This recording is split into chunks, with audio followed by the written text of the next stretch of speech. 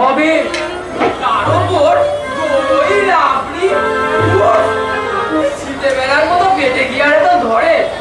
বলিস আরে তাই তো বলছিলাম এইভাবে টোটালি যখন তাহলে একটা পেটের মতো দিতে পারতিস, তাহলে আরো কিছু রাজকুমার মনে রাখতে পারতিস। ওটাও ছেড়েই দিলাম, কিন্তু হালি ফেলে রাত্রি তো আর ছেড়ে দেওয়া যায় না।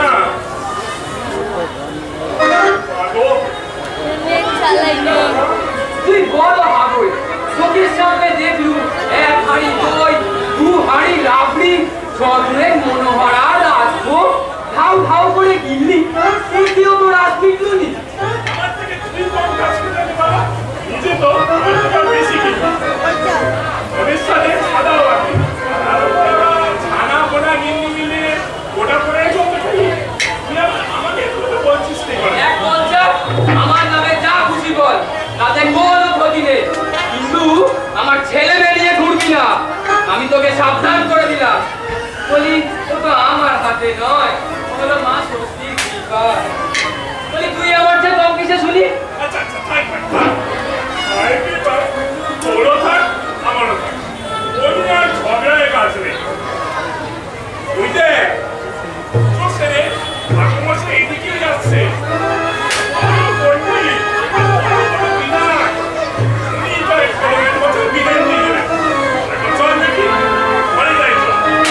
চল চল, বিকেল হয়ে গেল, বাড়িতে তালা দেওয়া আছে, কোথায় কি হয়ে যায় কে জানে। চল চল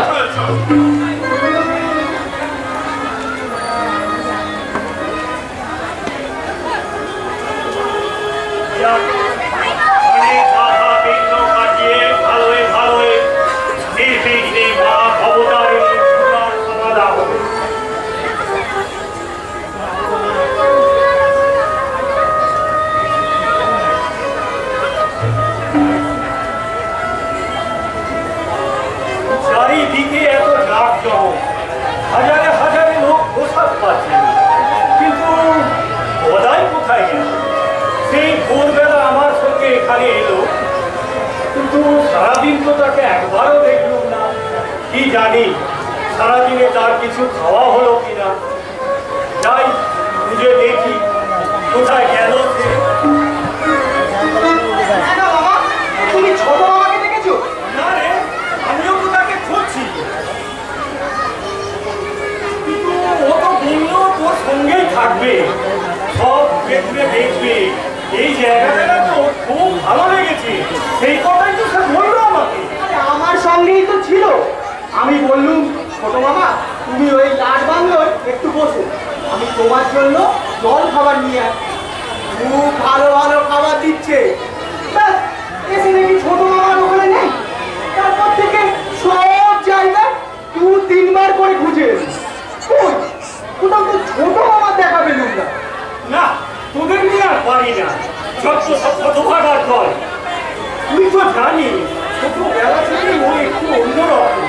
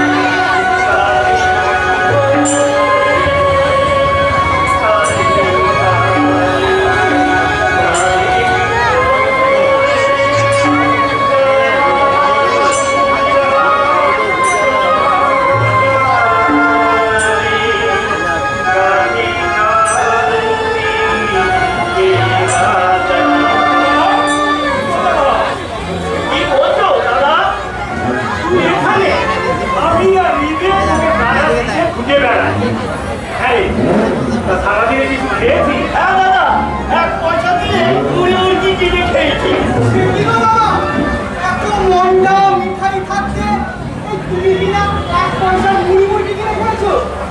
হাজারে হাজারে লোক মায়ের পোশাক খাচ্ছে, আর তুমি কিনা 1 পয়সার মুড়ি মুড়ি কিনে সারাটা দিন ওই গঙ্গার ধারে বসে কাম করছো। নিজে বলতে প্রচন্ড জল খাবার আনতে গেছে, আর তুই সেখান থেকে চলে গেলি। তুই ওদের দিকে জল খাবার খেলি না কেন রে? ওদের তোর খাবার খেতে আমার মন চাইলো নি তো দাদা। ওই খাবারের মধ্যে যেমন আমি বন্ধ মেশানো, অহংকার মাথানো। ওরা ওই খাবারগুলো দিচ্ছে আর এমন ভাব দেখাচ্ছে মনে হচ্ছে যেন দেখো আমাদের রানীমা কত বড় লোক, কত দাসদাসী। খাবারগুলো অবহেলায় অকাতরে দিচ্ছে, আর মনে মনে বলছে এমন কি আর কেউ দিতে পারবে? জানি না রানীমা মধুবাবু কেমন লোক ছিল। দাদা ওই কথা বলছিল, তুই ওদের চিনতে ভুল করেছিস। মধুবাবু আর রানীমা তোকে দেখেছে, ওনারা তোর কথা জিজ্ঞাসা করছিল। মধুবাবু? হ্যাঁ রে মধুবাবু, রানীমার জামাই। দেখ, আমি তো রানীমার এই কালী মন্দিরে পূজা হয়েছি, তা তুই কি করবি বল? কিন্তু মধুরবাবু বলছিলেন সুন্দর ছেলেটা দেখতে, ভালো গান করে, অপূর্ব মূর্তি গড়ে। এই ছেলেটা কি আমাদের এই মন্দিরে কাজ করবে? মা ভবতারিণীকে সাজানোর ভার নেবে? না দাদা, আমি ওই বাধা ধরার মধ্যে থাকতে পারবো নি তো। তারপর মায়ের গায়ে কত দামি দামি গলা, সেটা করে তার ধরা করি আর কি। বাবা, ও ভার আমি নিতে পারবো নি। তার চাইতে আমি যেমন খেলা করে নিজের হাতে মূর্তি করি, মন্দির বানাই, এই পেশ আছে। তুমি যেমন নিজের হাতে সবকিছু করো, এই তেমনি করে হাতে সাজানোর কাজটাই রাজি হয়ে যাও না। তোমার কোনো ভয় নেই, তোমায় কিছুই করতে হবে না। যা করবার আমি সব করবো, আর আমি তো তোমার সঙ্গে সঙ্গে থাকবো। তোমার ভয় কিসে? যাও যাও, কাজে লেগে পড়। বলছি হ্যাঁ গদাই, এখন চল বাসায় চল। তাই চলো দাদা, তাই চলো।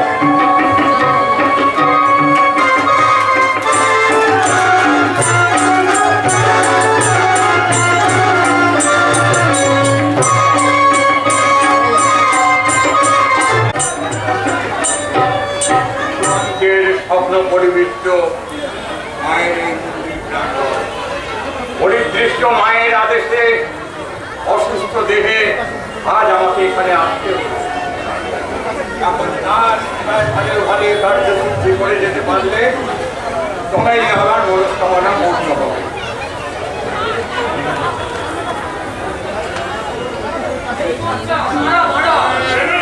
আবার কি হলো? হয়নি, তবে হবে। হবে? কি হবে? আমার মা বলেছিল সাধু সন্ত দেখলেই বাবা একটা প্রণাম করি। তাই মায়ের কথা মাথায় রেখে সাধু ডাকবার একটা পেন নাম করে আছে। আচ্ছা, কি আবার টাকা তুলেছো? এত সুন্দর জায়গা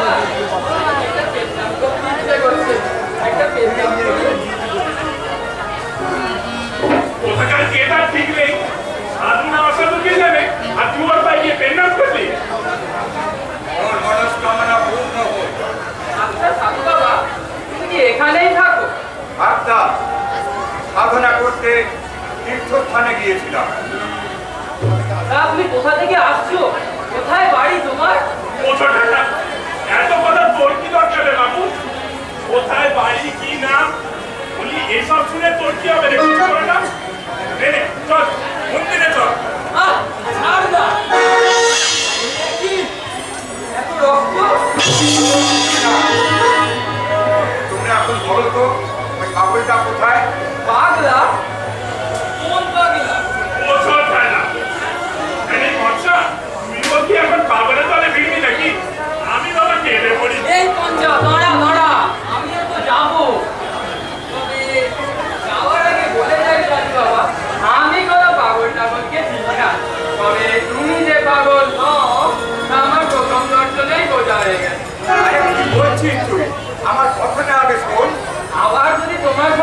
দেখা হয় সাধু বাবা আমি একা বসে শুনবো তোমার সব কথা।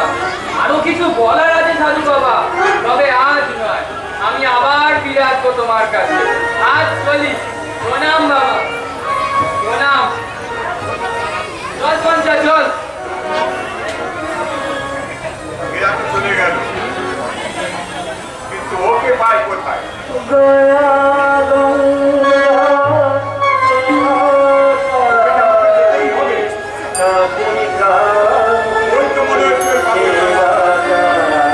ঠিক আছে, আগে গঙ্গায় স্নান করে আসি, তারপর ওকে দেখবো ও কত বড় পাবো।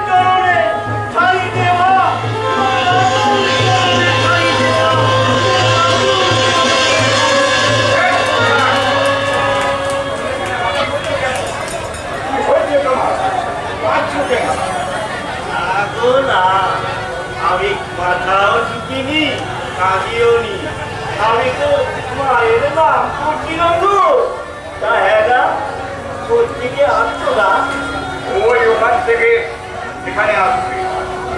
আমার নাম তান্ত্রিক কিনারাম ভট্টাচার্য। তোকে না আমার খুব ভালো লেগেছে। আমার ইচ্ছা আজই কালী পুজোর মহা আমাবস্যা, আজই তোকে আমি দীক্ষা দেবো। আমার সঙ্গে ওই পঞ্চমী চালায়।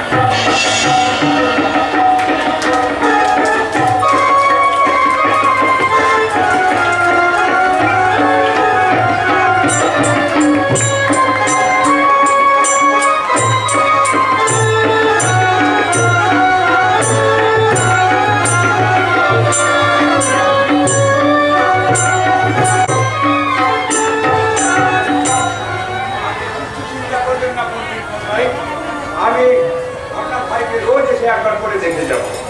দেখাশোনা তো আপনাকেই করতে হবে, সবাই যে আপনার মন্ত্র শিখত। তান্ত্রিক আচার্য কিনারাম ভট্টাচার্যের কাছে মন্ত্র গ্রহণ করে আজ পর্যন্ত কোনো শিষ্যরই অকল্যাণ হয়নি। পণ্ডিত মশাই, আপনি নিশ্চিন্তে বেশি যান, বজায়ের ভার আমার। আমি নিশ্চিন্ত হলাম ভট্টাচার্য মশাই, দেখতেই তো পাচ্ছেন বাড়িটা আমার বদ্ধ পাগল। মা ভবতারিণীর পুজোর ভার দিয়ে যাচ্ছি বলেই আপনাকে এত করে দেখাশোনা করার জন্য অনুরোধ করি।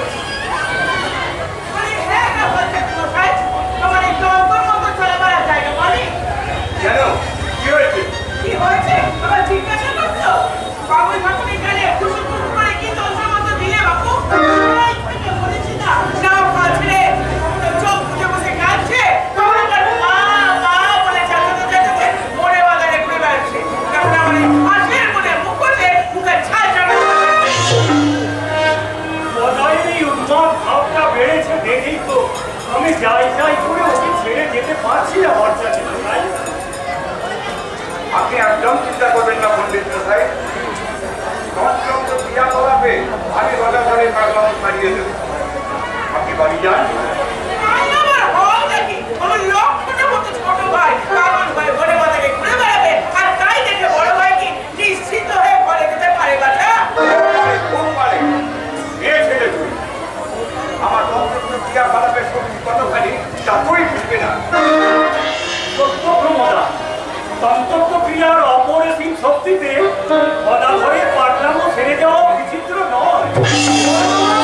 বড় বাবা গো, এই ছোট বাবাকে নিয়ে আমার জান জামান জমে রয়েছে।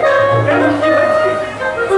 ওই শোনা মশাই ভট্টাচার্য মশাই তো শুনেই খারাপ, কিন্তু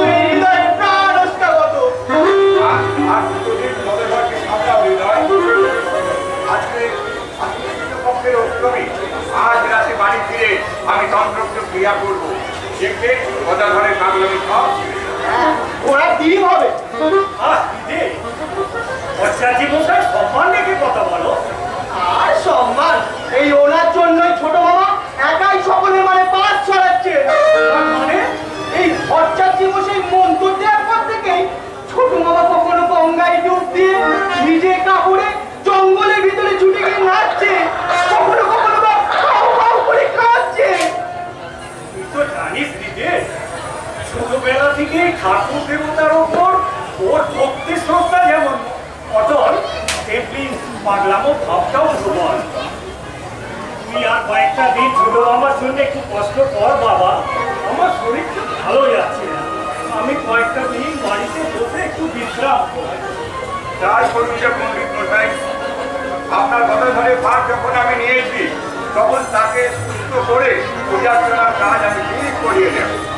আপনি আমার অনেক উপকার করলেন ভট্টাচার্য মশাই। এখন চলুন, আপনাকে পালকিতে তুলে দিয়ে আমি আহার আদি সেরে বিশ্রাম করব। হ্যাঁ চলুন চলুন। হ্যাঁ চলুন চলুন। এই কেরাম ভট্টাচার্য যত নষ্টের গোড়া। আর বড় মামাকেও বলি অন্তরের দীক্ষা পাগলা ছোট মামাকে নিজে না দিয়ে এই কেরাম ভট্টাচার্যকে দিয়ে কেলেঙ্কারিটা ঘটানোর কি দরকার ছিল? বলি ম্যাও তো কেউ আর সামলাবে না, এই সামলাতে হবে এই হৃদয়কে। মা দেখা দে, মা দেখা দে, মা দেখা দে, মা দেখা দে, দেখা দে।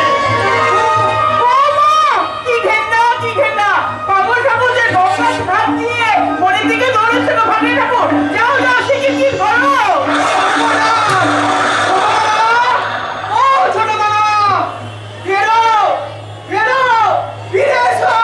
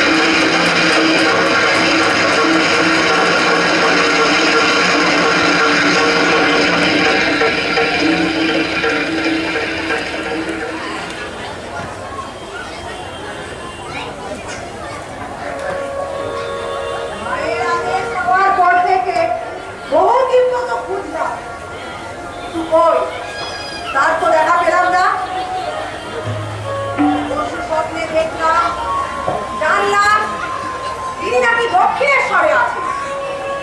সেই মতো নৌকা করে দক্ষিণেশ্বরে বকুলতলার ঘাটে এসে নামলাম। এদিক ওদিক দেখলাম, কই কোথায় কি? ওই তো পথচারী এদিকে আসছে। ওদের জিজ্ঞাসা করে দেখি, আচ্ছা এটাই কি দক্ষিণেশ্বরের বকুলতলার ঘাট? এটাই বকুলতলার ঘাট। তা তুমি কোথা থেকে আসছো? কোথায় থাকো? যাবে কোথায়? কে কোথা থেকে আসে, কোথায় যায়, কেউ কি বলতে পারে বাবা? এই তো আমি সন্ন্যাসী, বহু দেশ পাহাড় পর্বত পেরিয়ে কত তীর্থ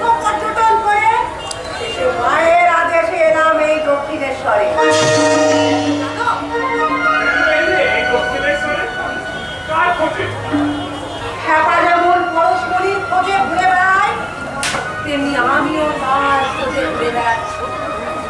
কেন জানি না, আমার মন বলছে এখানেই বোধহয় তার দেখা পাবো।